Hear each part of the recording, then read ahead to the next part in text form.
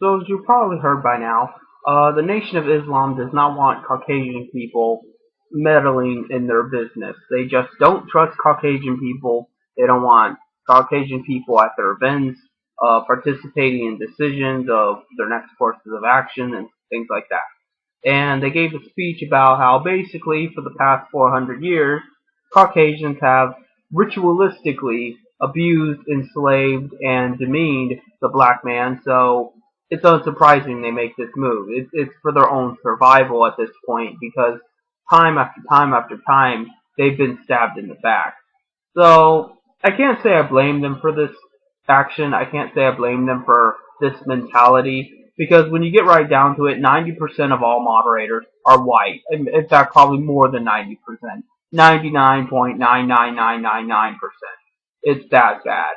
So, every time I think of somebody that's a piece of shit, I think of a Caucasian. Mark Anthony's Caucasian. Geno 360's Caucasian. Well, Corp 666 isn't that bad of a guy, but he's kind of an idiot, and he's Caucasian. You just don't see the level of malevolence and vileness out of other people in the world, as in white European countries. And there's probably a reason for that. Everywhere else in the world was not quite as imperialist as white nations. This is not to say that white people genetically are more evil, but given generation after generation of successful imperialism, it's become indistinguishable from genetics because that's all they know. That's how they were raised. White people were raised under privilege, and that this privilege gives them leverage over other people, even other white people. Hence, you have the moderator issue.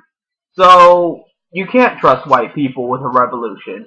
You can't trust white people with any kind of progressive, revolutionary action. This is not to say there isn't good white people. This is not to say that white people don't want change. And this is not even to say that all white people are of privileged class.